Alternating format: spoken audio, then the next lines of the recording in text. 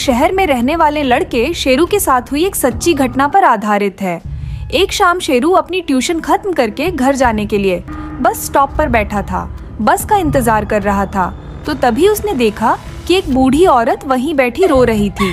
वहीं देखकर शेरू को बहुत बुरा लगा और इंसानियत के नाते उसने उस औरत को पानी ऑफर किया। उस औरत ने अचानक ही रोना बंद कर दिया और उसने शेरू की तरफ बहुत ही डरावने तरीके से देखा और उससे पूछने लगी, क्या तुम्हें पता है मेरा पति कहाँ है? पता है तो मुझे अभी बता दो, वरना तुम्हारे साथ अच्छा नहीं होगा। शेरू ने तो उसका यह सवाल सुनकर 2 कदम पीछे हट गया। उसे लगा कि वह औरत शायद पागल है, लेकिन औरत अपनी जगह से उठी और शेरू तरफ बढ़ने लगी। शेरू ने जब देखा कि उस औरत के पैर उलटे थे और वह जमीन से थोड़ा ऊपर हवा में है, यह सब देखते ही शेरू बुरी तरह डर गया। उसके साथ ऐसा कुछ पहली बार हो रहा था कि उसने अपने पानी की बोतल बंद छोड़ी और भागने लगता है। भागते भागते कुछ सीधा अपने घर पहुंच गया।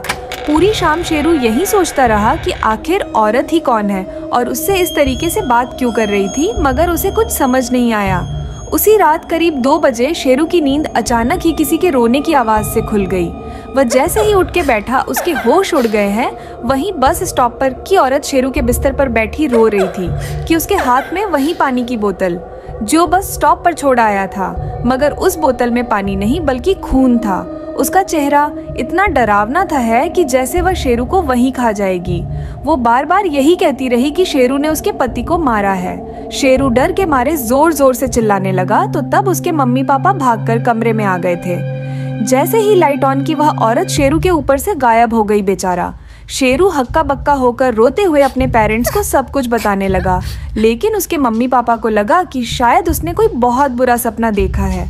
आज तक शेरू समझ नहीं पाया है कि उसके साथ उस दिन आखिर क्या हुआ था और वह औरत कौन थी कि है, लेकिन शेरू उस रात के बाद से कुछ महीनों तक बहुत सहमा सहमा रहने लगा कि उसने अपनी ट्यूशन भी छोड़ दी थी पर फिर कभी उस बस स्टॉप वाले रास्ते पर नहीं गया। तो आपको क्या लगता है कौन थी वह औरत?